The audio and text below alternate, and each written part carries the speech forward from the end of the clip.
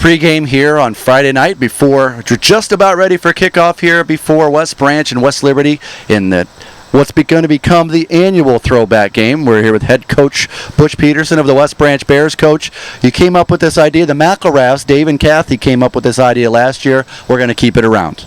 I think it's a tremendous thing to honor people that used to play football for West Branch, and I think sometimes people forget to do that. I think your heritage in the past is very important, and to us coming back and doing, there's a main purpose we did that, and I think it's a great tribute. And I think coincidentally this year it falls upon a game with a team that West Branch has been playing since Shep was a pup, as my father would say, so a long time coming. These teams have been playing since long before we were alive. Oh, absolutely. We've been playing West Liberty since the cows came home, I think, down there. And my dad used to play on the Muscatine County Fairgrounds down there, and they wore a lot of red and white down there, and they had little jalopies parked all around the field. And I saw some pictures of that. And actually, I've got a film of it, and it was kind of neat to see that. And as we mentioned before, you can catch some of the video from a 1940s game. We uploaded it last year to the YouTube channel, West Branch Football's YouTube channel. It's on the website. We'll probably pull that back out again this year so people can see that. It was filmed in black and white, and they made it into color. That's kind of a neat thing. Yeah, I thought so, too. And that was the game that my dad played in, and I thought that was pretty special. Well, moving forward to this season, Week 2, West Branch won their first game. West Liberty lost their first game 27-0 to a pretty good Tipton football team. You've seen the film on West Liberty now. What are the fans? What can they expect? Who do they need to watch for? Well, West Liberty's got a lot of diversification in their offense. They run a lot of jet sweep, a lot of counter action, a quarterback spinner. So in some regards, a little bit of single wing type look to it. They've got a very good football team, very good skill positions.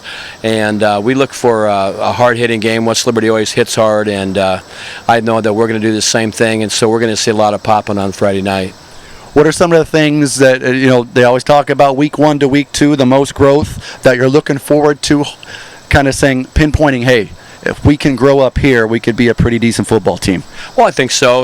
We have some kids that had their first start last week against Lisbon, and Lisbon came down and played a very good football game. But I think you got to remember something. We played basically about a half against Mount Vernon, and then we played about a half against Lisbon. And so if that growth factor that you just talked about is the case, the second half, which was Saturday morning, was our second game. And I think you saw quite a bit of different football team on Saturday morning than you did Friday night out of West Branch. Boy, only 2 times in your career has that ever happened. You had a two-day, one victory kind of game. But again, West Liberty, it's one of those games, but it's happened for years. You talked about it we talked about the throwback portion of it. Been playing for years and years and years. You just kind of throw the record books out in this one. Oh, there's no question about it. It's a lot like Iowa and Iowa State. Both communities are very passionate about their football programs, and both communities are going to come out, and a lot of people will be there Friday night at the Little Rose Bowl. And again, we're going to honor the Jake Rummelses of the world and all the other different players that used to play in the purple jerseys, and I think that's very special. How about white pants this year with the purple jerseys? Absolutely no way. Controversy averted all over. And finally, a couple more questions. I'd be remiss if I didn't ask you about the new member of your coaching staff. It's sad for his football career, but Drew Finnegan taking it head on, is excited about, I guess, his new role as a coach. He's going to he had surgery this week, and he's going to have a speedy recovery, hopefully, and I know the team's behind him 100%.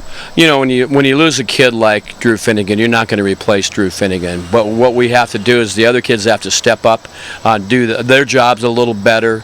Maybe we need to scheme a little more, not so much base stuff that we sometimes run. We'll scheme a little more, and that's fun to do. And to have Drew not with us as far as a player is very, very sad.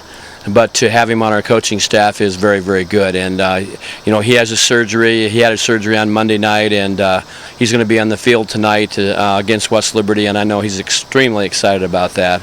And we're extremely excited to have him. It's a great family. Sometimes you don't know why God does certain things, but I guess we're not in the position to make those decisions. We just have to keep believing and keep going forward. Well, you can tell there's excitement, and that the one thing they're always going to stress is the community and the team, the family atmosphere here. And it's never a doubt when someone goes down, it's a band of brothers. Everybody circles the wagons and comes around to support.